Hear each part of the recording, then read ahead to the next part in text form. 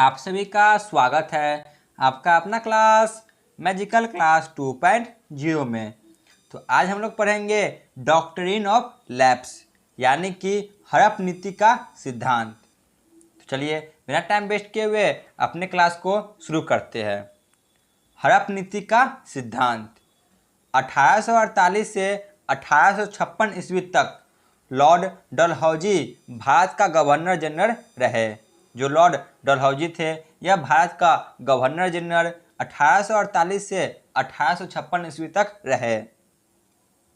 तो doctrine of lapse को चूक का सिद्धांत, व्यपगत का सिद्धांत और गोद निषेध प्रणाली के नाम से जाना जाता है, जिसे लॉर्ड डलहौजी ने लागू किया था।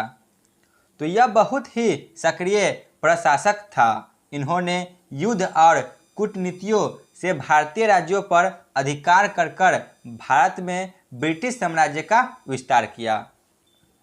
जो लॉर्ड डलहौजी थे यह बहुत ही सक्रिय प्रशासक थे, जिस कारण इन्होंने बहुत से युद्ध और कूटनीतियों के द्वारा भारतीय रियासतों को अपने साम्राज्य में मिला लिए। हड़प नीति को लागू लॉर्ड डलहौजी ने ही किया था। जो लॉर्ड डलहौजी थे 1848 से 1856 ईस्वी तक भारत का गवर्नर जनरल, तो यही इसे लागू करते हैं। हड़प नीति को चूक का सिद्धांत, व्यपगत का सिद्धांत के नाम से भी जाना जाता है। ठीक है ना, इसे चूक का सिद्धांत, व्यपगत का सिद्धांत के नाम से जाना जाता है। इंग्लिश में इसे डॉक्ट्रिन ऑफ लैप्स कहते हैं और हिंदी में हड़प नीति का सिद्धांत कहा जाता है।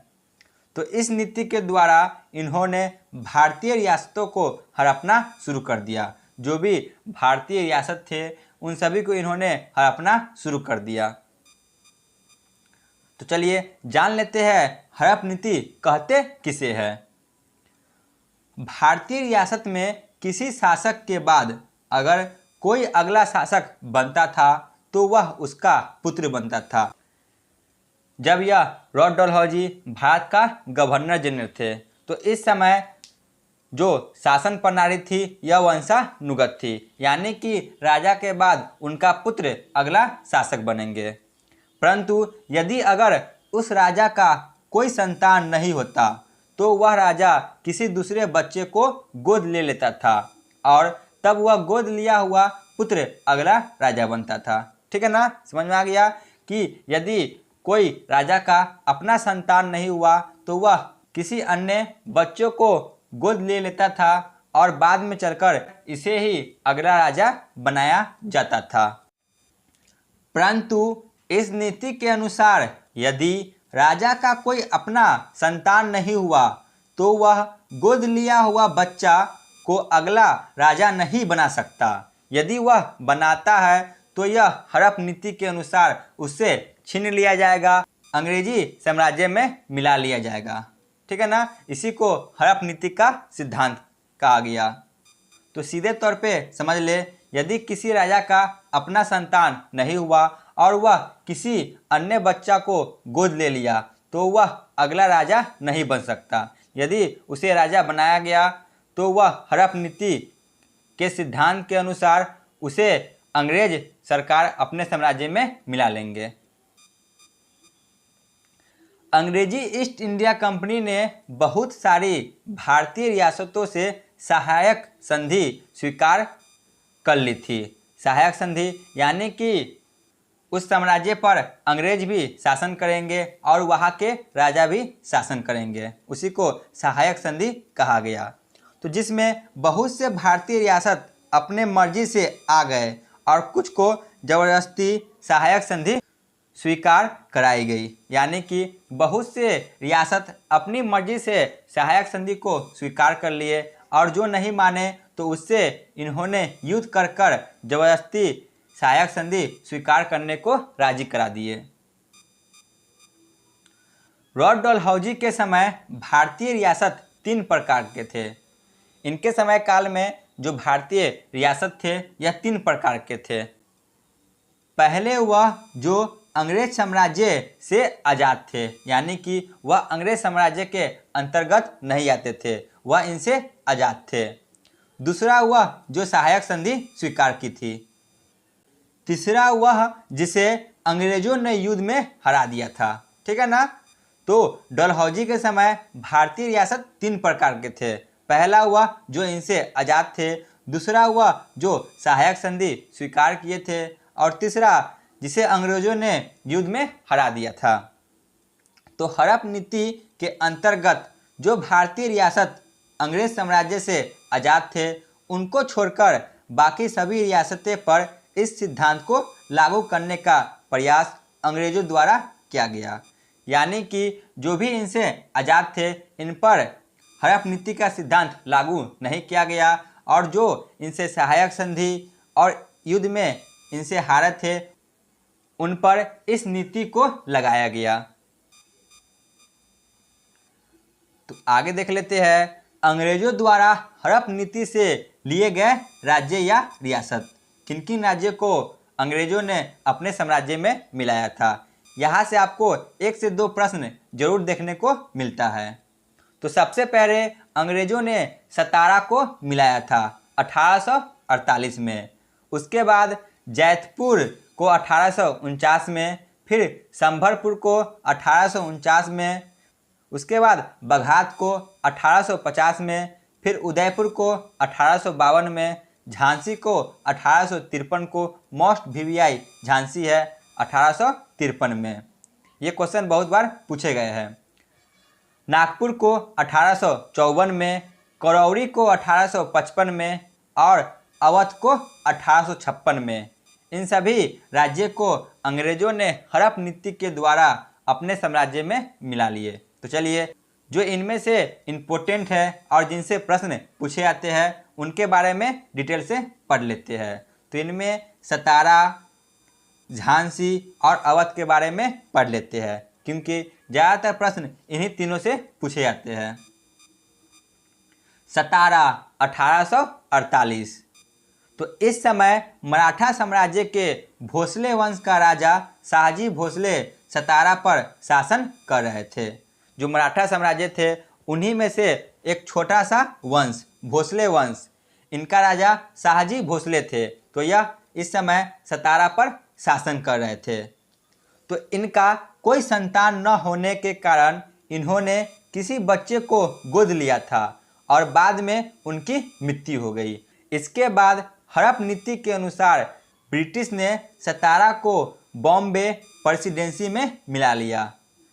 जो शाहजी भोसले थे, इन्होंने किसी बच्चे को गोद लिया था, परंतु थोड़े समय बाद ही उनकी मृत्यु होती है। इसके बावजूद ब्रिटिश सरकार इसे हड़प नीति के द्वारा सतारा को बॉम्बे प्रेसिडेंसी में मिला देते हैं। तो इसके बाद है झांसी 1853। 1853 में झांसी को भी ब्रिटिश साम्राज्य में मिला लिया गया। 1843 में झांसी के राजा गंगाधर राव थे। इनका भी कोई संतान नहीं होता, तो यह एक बच्चे को गोद ले लेते हैं और थोड़े समय बाद गंगाधर राव की मृत्यु हो जाती है, जो कि झांसी अंग्रेजों के साथ सहायक संधि के द्वारा जुड़े हुए थे। तो अंग्रेजों ने इसे गोद लिए बच्चे को राजा बनाने के लिए स्वीकृति दे दिए। जो झांसी था, यह अंग्रेजों के साथ सहायक संधि किए हुए थे, जिस कारण उस समय अंग्रेजों ने इसे गोद लिए हुए बच्चे को अगला राजा बनने के लिए स्वीकृति दे देते हैं। तो इसके बाद लॉर्ड डलहौजी अगला गवर्नर बनते हैं। तो इन्होंने गोद लिए हुए बच्चे को राजा मानने से अस्वीकार कर दिया और झांसी को हड़प नीति के द्वारा अपने ब्रिटिश साम्राज्य 1853 में मिला लेते हैं। झांसी सहायक संधि के द्वारा ब्रिटिश साम्राज्य से मिले हुए थे, तो वह इसे गोद लिए हुए बच्चे को अगला शासक बनने के लिए स्वीकृति देते हैं। परंतु जब लॉर्ड डलहौजी अगला शासक बनते हैं, तो यह गोद लिए हुए बच्चे को राजा मानने से अस्वीकार कर देते हैं और इसे हड़प नीति के अनुसार ब्रिटिश साम्राज्य में 1853 में मिला लेते हैं। तो इसके बाद है अवध 1856 में। 1856 में अवध को कुशासन का आरोप लगाकर अंग्रेजी राज्य में मिला लिया गया। अवध पर कुशासन का आरोप लगाया गया और इसके बाद अंग्रेजों ने इसे अपने साम्राज्य में मिला लिया। तो उस समय अवध का नवाब वाजिद अली शाह थे, मोस्ट वीवीआई। तो उस समय अवध के नवाब वाजिद अली शाह थे। अंततः 1859 ईस्वी में लॉर्ड कैनिंग हड़प नीति को समाप्त कर देते हैं। 1856 में जो लॉर्ड डलहौजी थे यह भारत के गवर्नर पद से हट जाते हैं। तो इसके बाद लॉर्ड कैनिंग अगला भारत के गवर्नर जनरल बनते हैं। तो यह 1859 में लॉर्ड डलहौजी के हड़प नीति सिद्धांत को समाप्त कर दिया। ठीक है ना, 1859 में इन्होंने हड़प नीति सिद्धांत को समाप्त कर दिया। तो आज का थ्योरी क्लास यहीं पे समाप्त होती है। चलिए चलते हैं प्रीवियस ईयर क्वेश्चन पर।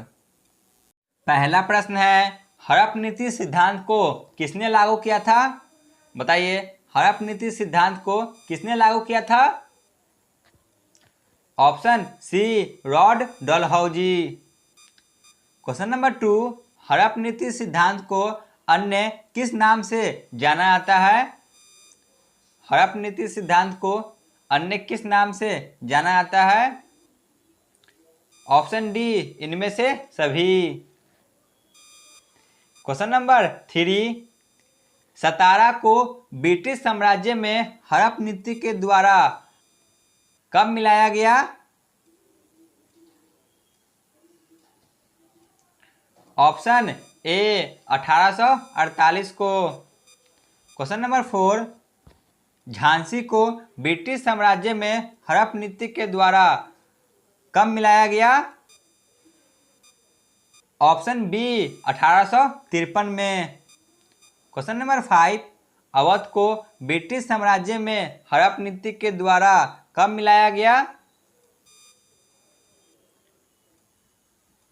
तो अवध को 1856 में मिलाया गया था। Option C. चलिए चलते हैं आज के अंतिम प्रश्न पे। क्वेश्चन नंबर 6, हड़प नीति सिद्धांत को किसने समाप्त कर दिया? हड़प नीति सिद्धांत को किसने समाप्त किया था?